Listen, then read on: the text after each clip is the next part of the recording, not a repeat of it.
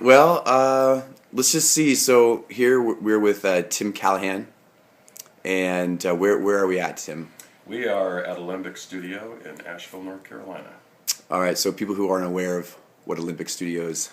Olympic Studio is we're a design firm, and we specialize in very energy efficient buildings, especially using local materials and local non-toxic materials, Nice. So you to have. whatever extent possible. Okay, great. All right. So that's so you have the famous Nauhaus is one of your projects. Apparently, Yes. it's apparently famous. I mean, we're used to it, so. So like the Reader's Digest version, what is the Nauhaus? The Now House was a project that was really conceived to be.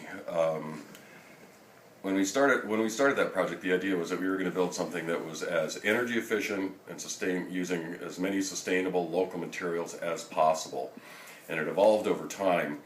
But at an early point in the design, we decided to go for a passive house standard, which is a German energy certification program, and that really informed a lot of the design parameters. And we were also, with a focus on local non-toxic materials, we went quite a ways in terms of recycled, reused. We made our own blocks and brick from the site. The dirt that was excavated on the site, we used a lot of reclaimed lumber, sustainably harvested wood that was taken out by horse teams, kind of dealing with some of the hemlocks that had succumbed to the woolly adelgid just before they became unusable. So it really was, it was a real prototype. The idea was to find out how far can we push it. How far can we take this whole idea of energy efficiency and sustainability? And so a lot of the concepts were sparked from German technology. The idea of the extent of the energy efficiency was led by the German certification program. There were some aspects, the only real aspects of German technology were probably in the windows. They were made by Sirius Windows. We use Sirius Windows, a Colorado manufacturer, but they really, I think they've kind of become the domestic producer of something that's somewhat equivalent to some of the really high performance European windows. Nice. All right. So so hempcrete? Let's get right into hempcrete because that's one of the materials you use to build the walls, the foundation. And maybe explain a little bit what that is. Well, actually, it's only in the walls. In the walls, you cannot right? use it as a foundation material. It's not suitable for that. So hempcrete is a product that's made from industrial hemp shiv, which is the stalk of the hemp plant, and it's processed in a particular way, to have certain properties, and then that is mixed with a lime binder, and the lime is it's got some other secret ingredients that we know what the secrets are, but they're supposed to be secret. And that gives it some thermal and some thermal properties that are really beneficial. It doesn't have quite the R value of some other materials on a per inch basis, but that's not really an issue because you can just increase the wall thickness, which has certain real aesthetic qualities. The lime binder is what really holds it all together. It creates a matrix. So this after it sets up, it's really a very hard surface. It's not or material, and it's a monolithic structure. So rather than building, one of the attractions for us was that rather than trying to build something that had lots and lots of layers of manufactured materials, drywall, studs, insulation of whatever type, sheathing, water, Tyvek or vapor barrier, and layers, the initial appeal of this was that we could you put in the hempcrete and you plaster both sides, and that's it. That's it. Now that's not to say it's the easiest, it's because our delivery systems in the States are not what they are in Europe, for example. In Europe, this product is used a lot, and it's actually even used in low-income housing. So they've gotten their delivery costs down to the point where it's really viable. It does cost a little bit more here, so that can become an issue. But one of the biggest appeal to me, as a designer building scientist, is the water vapor characteristics of the material. Because in this region of western North Carolina, it's a very, very moist environment for much of the year. Right. So mold can be a real issue. That relates to health, both the building's health and especially the health of the inhabitants. So from an air quality standpoint, I really have not found anything that can compete with hempcrete. Excellent. So, if that's your primary goal, Right. that's the first place I would go. Sure. Not everybody can go there, at this point. Right. There are issues of availability. Right now, most hemp is produced as probably many people listening to this know, industrial hemp production is not legal in the United States. We use more hemp per capita than anybody on the planet, but we can't grow it here. So we either have to source it from England or Canada. Or China, but yeah. But Canada's the big one, right? That's our Canada's closest the big neighbor. one. Manitoba, Right, they've Manitoba. got tens of thousands of acres in production right now. And as far as from my research, it's still a more temperate climate here in Asheville than it is over in southern Canada. Oh, much. Yeah, much. Right. But it's really that, as a crop, it's pretty hardy. I mean, it'll grow, it will grow just about anywhere. It's a weed. Right. And it's been used for a very long time, for the manufacture of all kinds of things, fibers especially, which Right. is, we're just using a variation of the fiber. It's some very coarse fiber that gets used in the hempcrete. So, looking into the future and what makes hemp available is you're mentioning distribution.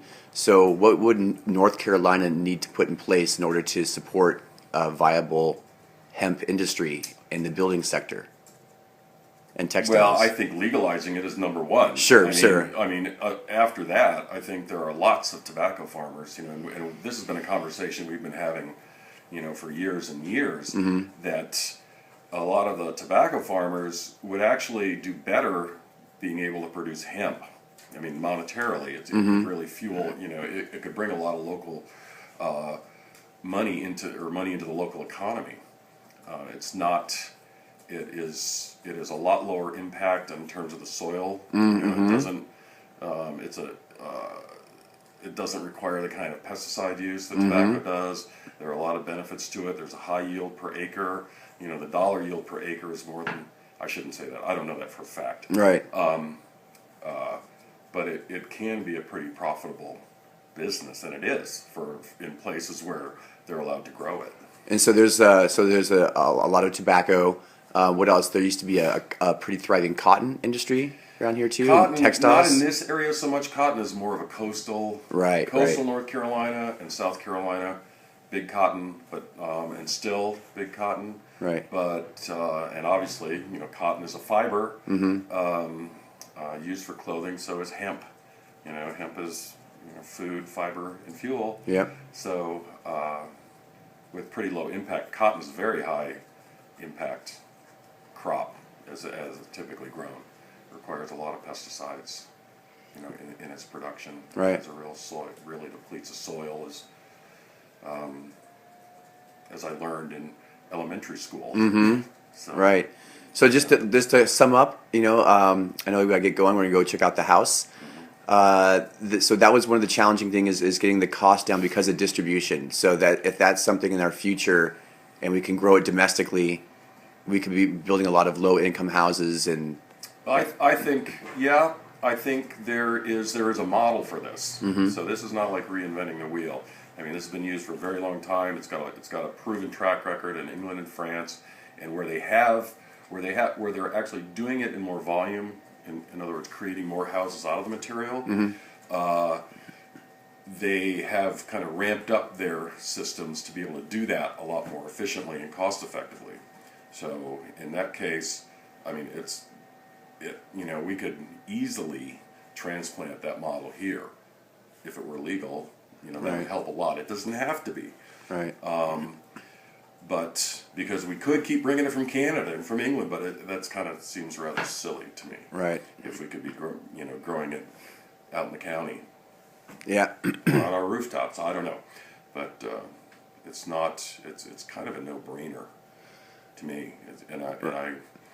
And I'm being kind now, but I do wonder why we're not allowed to grow it in this country. It seems a real lack of discernment. Sure. To lump industrial hemp in with other hemp, like medical marijuana. It's not the same Right. thing. It's two different plants. Two totally different things. Right. Well, I can't really think of anything else. I'm excited to go check out the house. I think that, like you said, if we gave a choice to the farmers on what crop they would rather grow, I think it would be an obvious choice, at least in this area, for the tobacco growers to go with a plant like hemp, and it could be used in so many different ways. Bigger cash crop probably from what they're getting. It's not just in construction. I mean, it's used in all of our cars have hemp in them. Right. And it's used for door panels and seat components and clothing. Yeah. It's used. This plastics industry as well. All of the plastics. Well, yeah, Manila. I was thinking about this earlier. I don't know if most people have probably never felt a hemp rope. Right. Straight full. But it is. It's totally different than anything else you've ever felt. It's soft, it's strong, It's supple. It's really amazing stuff. It's an amazing fiber. Nice. So, and you guys have a website we can check out? We do. It's alembicstudio.com. All right. And then does the Nauhaus have a website, or is that all part of it? The Nauhaus website is sort of at this point, it pretty much exists as a historical document. It has not been updated for a very long time. It was what was created as a project was ongoing. So, but yes, it's definitely anyone interested can find some information there as well. And where did you come up with the name for Alembic Studio? Alembic is as a noun, it's a glass retort that was used by the alchemists to distill gross substances into a finer element and to reach the prima materia. So it's really about cutting out the crap and getting down to what's really important. Yeah. Awesome. Thank you, Tim. Right. Great interview, and looking forward to checking out the house. Yeah, I think you'll like it. All right. Have a beautiful day. All right. So, sweet. Who do we have here? I'm Lily Gonzalez. I'm Tim Callahan's business partner, and I met Tim actually on the Nauhaus project. I graduated from architecture school in 2009 and volunteered on the Nauhaus as a lead AP, coordinating all the documentation for the project. And after the project was completed, Tim and I decided to go into business together and establish Alembic Studio. And Alembic is on their way to becoming hopefully the nation's consultant in hemp construction. Nice. And that's our big goal, because of just the economic vitality that it would create for the local region and just big industry, I guess, in the United States that's needed. It's just one of our parts of giving back as much as we can too, as long as while we're creating. So we're hoping to be the leaders in trying to get hemp legalized in the country and providing data that's fact and not just speculation. So the Nauhaus was one of our first efforts in trying to collect that data in the process and also now in its existence, so that we can properly document what hemp can do for the building industry. Did you know when you were in school that you were going to be going down the industrial hemp path, or is that something that just serendipitously? You would have never imagined it. Yeah. What was your first introduction to it used as a building material? I moved from South Florida to Asheville, and I just started doing some research after trying to find a job in the middle of the 2009 recession when architects were laying off and pretty much going under. And the Nauhaus provided me a volunteer opportunity, and it just, when I got involved with working with hemp, it just made so much sense. It doesn't make sense that it's not used more, and especially in our climate, being that we design very site-specific. It's a great building material. So no, I would have never imagined, and I wasn't even aware of all of the qualities that it does have. And it's still unfolding, I'm sure, every day. So, in your opinion, what steps do we need to take? Let's say Buncombe County or North Carolina in general, just to make towards ushering industrial hemp for building materials? Like, what do you feel is missing? Like, what can the individual do? I feel it's coordinating right now the facts so that we can really have a strong case to present to government and saying, why is this illegal to grow here when it's going to provide so many opportunities and economic vitality? Right. And right here in Buncombe County, is there a lot of development going on, like city and public development that could be using this technology? Everybody wants to stay in Asheville after they visit Asheville. So yeah, we do have a short of housing, especially affordable housing. So hopefully, in the nearer future, Yeah. I do believe one day it will become legalized. But I hope that I'll still be able to design houses by the time it gets legalized. Yeah. And that Tim will also be able to keep designing houses out of hemp while it's legal, or when it becomes legal. But yeah, I feel it's a win-win. As long as everything there's so many layers to it all. Right. Just show up and it all kind of comes together. Well, yeah, just collect the data first. Yes. Get it right, get it true, present the facts, and then from there keep moving forward. See who starts to listen. Is there a lot of good data on your website that talks about it, or where's a good resource for people to start learning about some of the research that's been going on? Taking off, we should distill what's on the Nauhaus website that was like an ongoing living document while it was in production. Yes. And we are in the works of our second phase of our website. Nice. So right now the Nauhaus is just shown as a project that we did on our current website, but that will be definitely elaborated on in our second launch of our website. And it would be what we've learned so far from experience with the Nauhaus, with building with hemp. And let's just say by one off chance that there's an architect student watching this right now, are there any positions available to help or learn or be an apprentice or intern available, or do you, or? Of course. Yeah. I mean, it's there is. I can't promise you what kind or anything. But we always need a helping hand, and especially with the website. You know what I mean? Okay, good to know.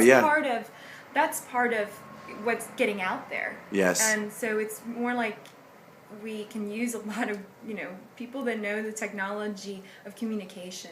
Mm-hmm. So it's not just architects and designers that are needed on the team. It's also people that are know the laws, know the process, know government, so that we can push this along further. Awesome. Yeah. Thank you so much. Yeah. Thank you. All right. Here we are at the Nauhaus off of Morningside in West Asheville. It's a little bit rainy, so we're just going to go in and see there's a living roof and have a look here. We pay about an average of $50 a month for our utility bill. Yeah. Oh, okay. Sorry. And that includes everything, including like the heat and cooling and refrigerator and things like that. So, are you guys the first occupants here?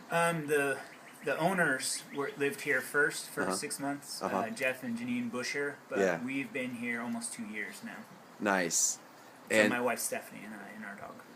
and your dog Maggie.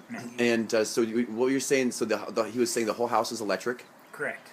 The And whole house is electric. And your monthly bill is about $50. That's correct. That's awesome. And what are the main reasons why it's so cheap? It's a very tight house in the sense that it's very insulated, and hence we don't have to do a lot with heating or cooling. It tends to keep whatever temperature you want it to be at. And in the summer, we don't have to run the AC as much because it's got excellent ventilation. There's doors that open on one side. You get a great cross breezes. So it's really efficient either way, either to heat it because it retains its heat, or you can cool it very quickly. Nice. And how thick were the walls? Were you saying? 16 inches. 16 inches. Awesome. What's your name again, brother? I'm Darren. Darren, cool. Nice to meet you. Nice to All right, meet we're you. going to go check out your house. All right. I think the motivation was to create something that could show people what can be done, and that's what we were trying to do. We started out with more you know, this is really an evolution in thought and design for us. And I mean, when I just came across some old notes of mine on this, and I said, wow, you know, I forgot about that. Just watching how these things progress, and as you know, for us, it was really like, okay, you know, no pun intended, but let's really push the envelope here and see how far can we go. We're using natural materials and going for like extreme energy efficiency. Who I think we're going to be able to do this on is to do a hemp project where we're using where there are no studs in the wall, where it's basically masonry columns with bearing between those, and this is strictly infill. Masonry columns. Yeah. And what's the advantage of that over the frame? Not having to have any frame in the wall. So the masonry columns would be the full thickness of the wall, and then you'd fill in between them, or will they be embedded as well? They would be partially in the interior. We've actually done a couple of designs like this. They never got built. So they sort of like in that corner, for example, you would see a portion of a column in the room. I mean, I'm just always concerned about longevity, you know, and I think that given climate change and probably increasing temperatures in this region and a lot of places. You're concerned about untreated wood being in there in contact Not with moisture? really, not really, but it's just, you know, for me is thinking about really long term, it seems, you know, the longer, masonry buildings last longer than anything. Yeah. Anything.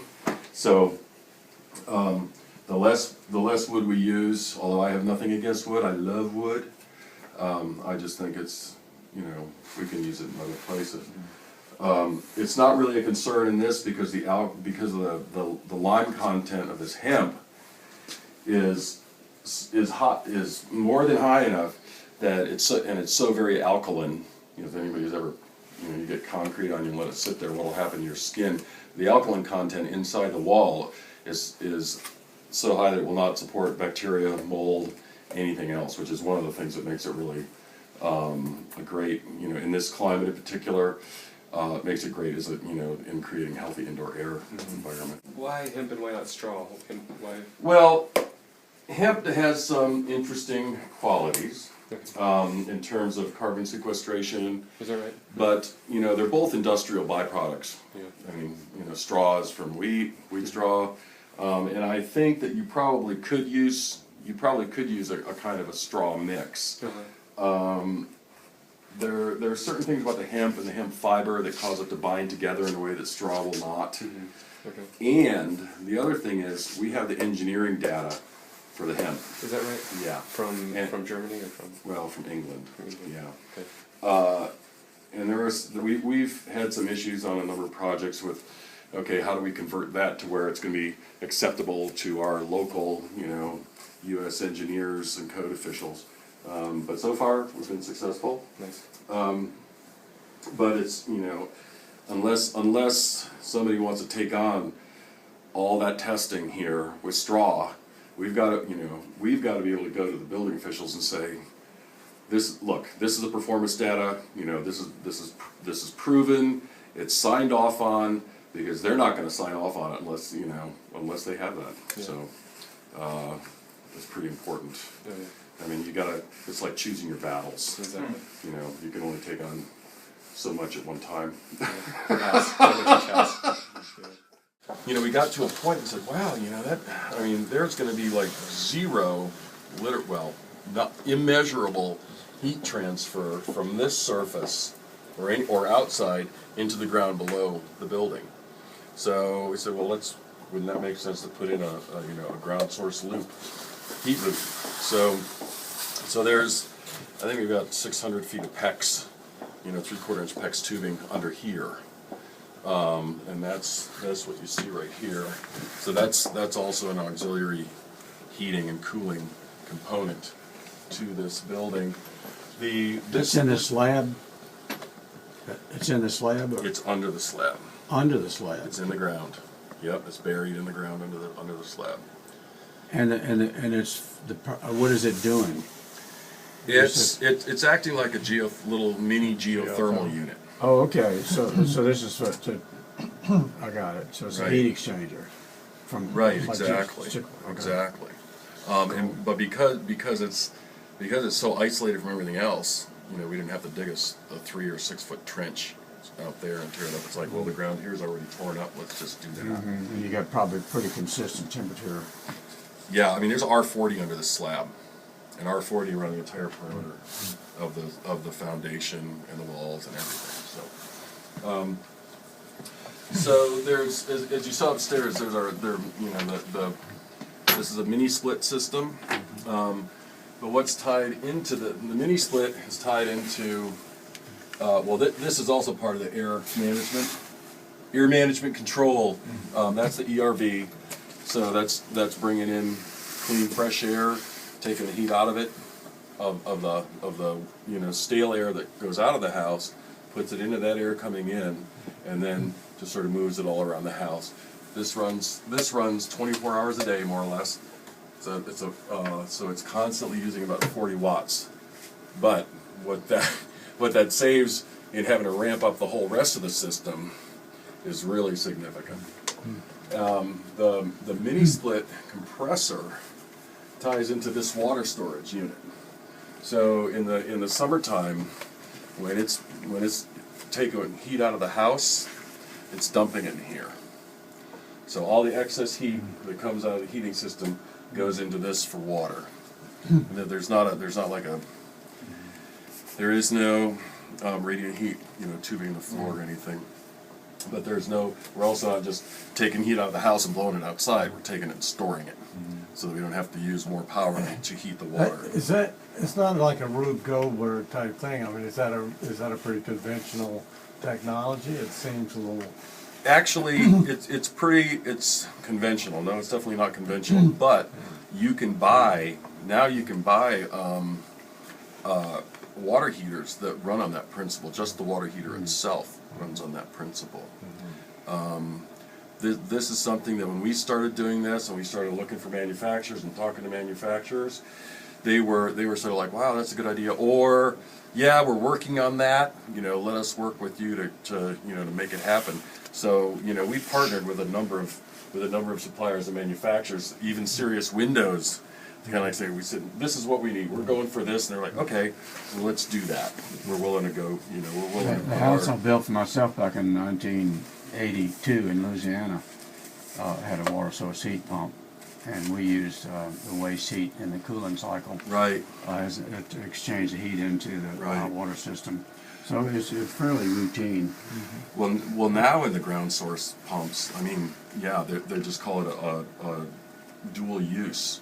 So we're doing another project up in Bakersville that's got a geothermal pump, and it's got, now it's pretty not at all unusual to tie in your hot water into that cooling component, because it's just moving energy from one place to another.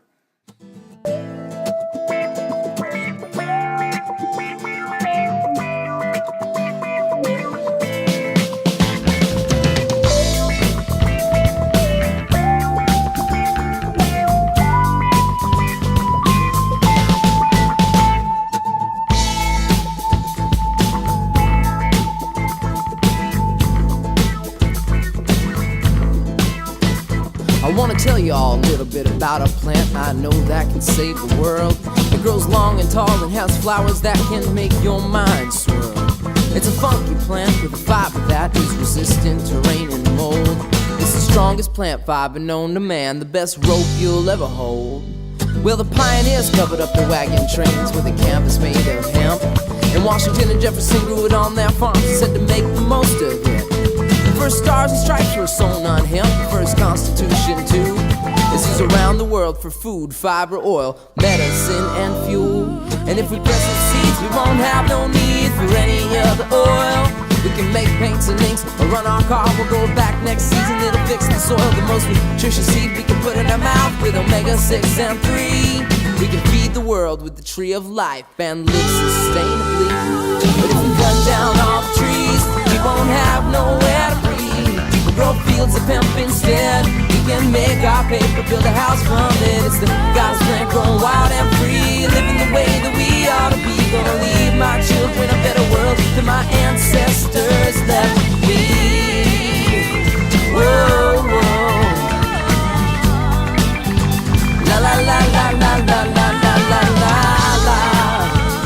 Whoa, whoa.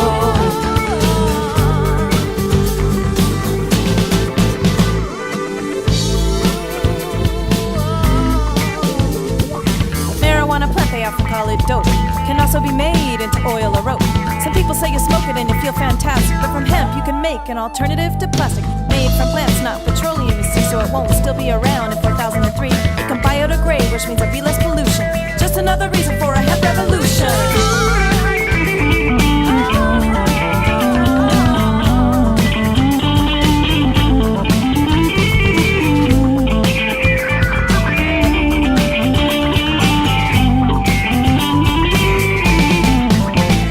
Well, the flowers of the female hemp plant make the best medicines on earth.